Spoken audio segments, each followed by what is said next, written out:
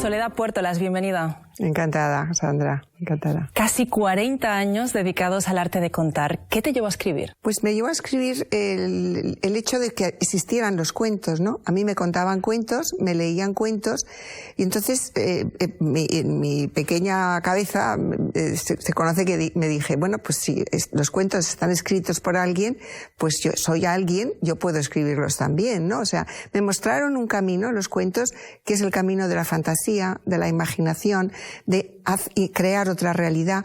A partir de ahí ya dijiste, yo quiero escribir cuentos, quiero escribir. Yo creo que a partir de ahí ya se me abrió todo este camino de la fantasía, sí. Nos hablabas de la importancia y la influencia que han tenido para ti los cuentos, y últimamente es verdad que han salido muchas voces críticas con los grandes clásicos por reproducir algunos estereotipos machistas, sexistas. ¿Tú eres partidaria de reinterpretar estos grandes clásicos? Bueno, los clásicos son los clásicos, y yo creo que lo que nos tenemos que enfrentar a ellos como un resultado de una época, ¿no? Adecuarlos al día de hoy, pues no lo veo, porque no hacemos cuentos nuevos, ¿no? Lo que sí que hay que saber es a qué responden y cómo era esa sociedad, ¿no? Casi son como unos documentos de los valores de esa época. Entonces son interesantísimos. Es que si los cambiamos nos quedamos en documentos.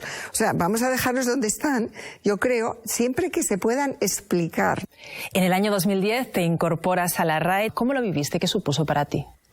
Pues yo creo que todas estas cosas cuando suceden no te das mucha cuenta, ¿no? Porque, claro, también me pasó con el Premio Planeta. Entonces tampoco yo sabía muy bien a qué se dedicaba la Academia, ¿no? Era un honor para mí, sobre todo, ¿no? Sabía que efectivamente era un caso raro que las mujeres entraran. Cuando me lo propusieron, pues dije que muy bien, pero que encantada. Y enseguida comprendí que me gustaba muchísimo, porque es la revisión constante de las definiciones de las palabras, y se trabaja muy a gusto, muy bien, y realmente creo que es importante. Creo que es importante porque las palabras reflejan el uso refleja los valores, y entonces si hay una adecuación, pues es lo deseable, ¿no? Es lo deseable. En estos momentos, de los 46 académicos que tiene la RAE, solo 8 son mujeres. De hecho, hace nada, el pasado mes de enero, se cumplieron 40 años del ingreso por primera vez de una mujer, en este caso fue Carmen Conde, a la Real Academia Española de la Lengua. ¿Cómo es posible que hasta el 79 no hubiera una mujer en la Academia? Lo que tenemos que remontarnos, que por eso es importante la historia,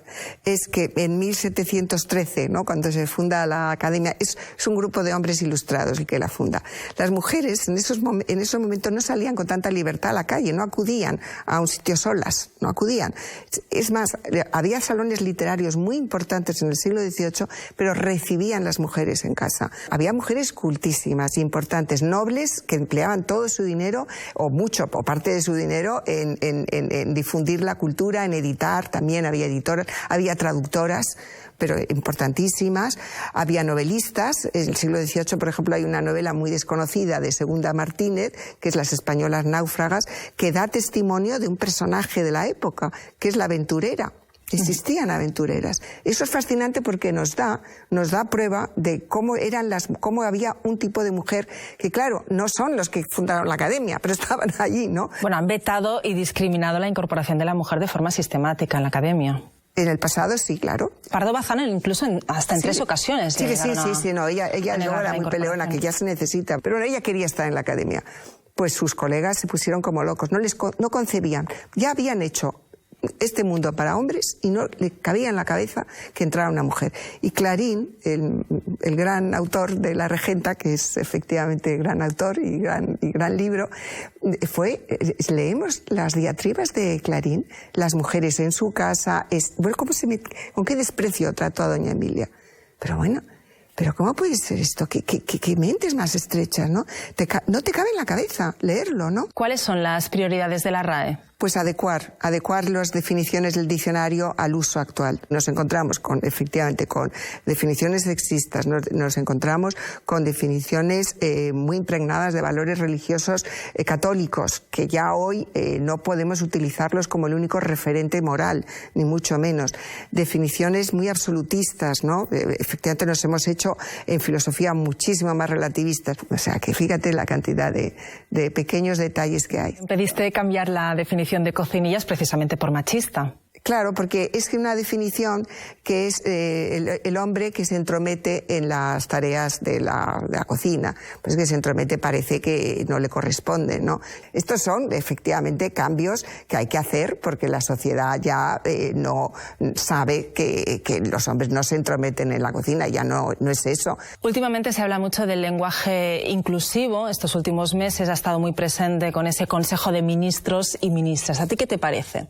Que el debate está ahí y entonces yo creo que es fundamental que hay que debatir, hay que hablar de las cosas. Entonces hay una inquietud por parte de unos grupos o de una sección social, un grupo social, hay que debatir, hay que ponerlo sobre la mesa, ¿no? Si hay una insatisfacción de que en determinadas expresiones las mujeres no se sientan representadas o algunas mujeres piensan que las mujeres no estamos representadas, pues hay que decirlo. El caso del lenguaje inclusivo, pues en el momento que sea muy extensivo en el uso, pues pasará. Si no es extensivo, pues no pasará. Yo creo que la atención de la academia está siempre en la capa de la extensión del uso cotidiano. No hace tanto, hace un siglo, muchas escritoras firmaban sus obras con seudónimos masculinos para que se valoraran como realmente merecían, ¿no? Y eso las convirtió en invisibles y pasaron a ser condenadas al olvido. ¿Qué figuras, qué escritoras reivindicarías tú y deberían aparecer en los libros de texto? Efectivamente, los manuales han recogido, han destacado unas figuras en las cuales muy pocas mujeres han entrado, muy pocas mujeres. Rosalía de Castro era buena, pero bueno, no tanto como Bécquer. De alguna manera, el gran escritor del romanticismo era Bécquer. Y Rosalía venía un poquito marginal, que además era tan desgraciada y lloraba tanto y tal. O sea, que siempre la ponían allí. Rosalía es una poeta impresionante, impresionante. Entonces, eso sí que hay que reivindicar. Si ya los manuales creo que son, en fin, no muy discutibles, pues efectivamente ha habido unas figuras y otras que no han llegado. ¿Crees que las escritoras a día de hoy siguen siendo discriminadas, menos valoradas? Algo de eso hay, yo pienso, a pesar de todo, porque yo creo que los críticos, muchas veces si eres mujer, no todos, pero como que te ven con más condescendencia, ¿no? O piensan que tienes que hablar de determinadas cosas. Hay unos cánones literarios de literatura de acción, a lo mejor más valorada, que se considera más épica. Y yo creo que, en cierto modo, hay un resquemor a la literatura supuestamente intimista, que parece que es más propia de las mujeres y que no debería, y que no tiene tanto alcance, que es más nimia, que tiene menos calado. Y esos son los prejuicios que están rotos hoy día en todo el mundo. O sea que eso, yo creo que quizá la crítica debería hacer una reflexión, ¿no? Quizá. Soledad Puertolas, un placer hablar contigo. Muchísimas gracias por acompañarnos esta noche en El Intermedio. Vale, muy bien. Gracias.